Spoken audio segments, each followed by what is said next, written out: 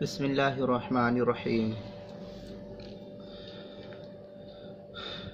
کلائی پر، ہاتھ کے اس حصے پر، یہ حصہ جو کلائی کا ہے، نوجوان نسل کا اس پر دھاگا باندھنا یا کڑا پہننا یا اور ایسی چیز جس لیے اسلام کی ممانعت کی گئی ہے اس کا یہاں پر باندھنا کیسا ہے؟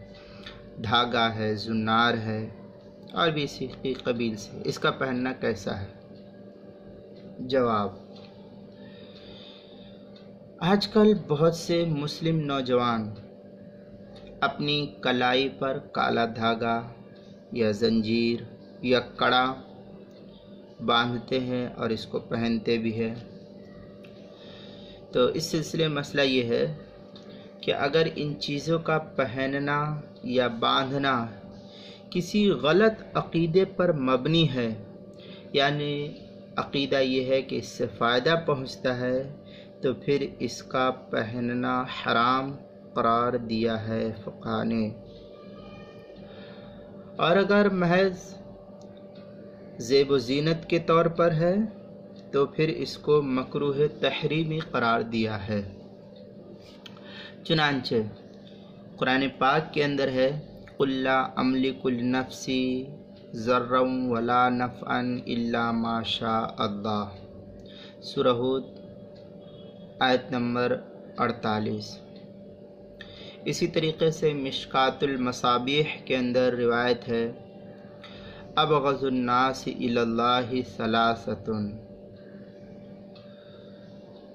اس روایت کو بخاری نے نقل کیا ہے اور مشکات کے صفحہ 27 پر نقل کیا ہے، باب الاعتصام بالکتاب والسنہ، الفصل الاول کے اندر۔ الاشباح والنظائر کے اندر لکھا ہے